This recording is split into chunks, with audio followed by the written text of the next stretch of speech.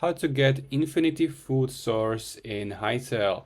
So this is available only in the early access and it's not fixed yet. All you're gonna have to do is to create the captured crate, which you can craft in your farmer's workbench, which is right here. So craft it, and you will need to capture a chicken and place it into one deep hole of water. As you can see, it's in the water and it cannot escape. Now wait a few seconds and it's gonna die. Now it's getting hit. And now pick the corpse and you have also raw chicken, some light hide, and you can place that chicken and it's alive. So you can do it one more time. Grab that chicken, place it here to the water.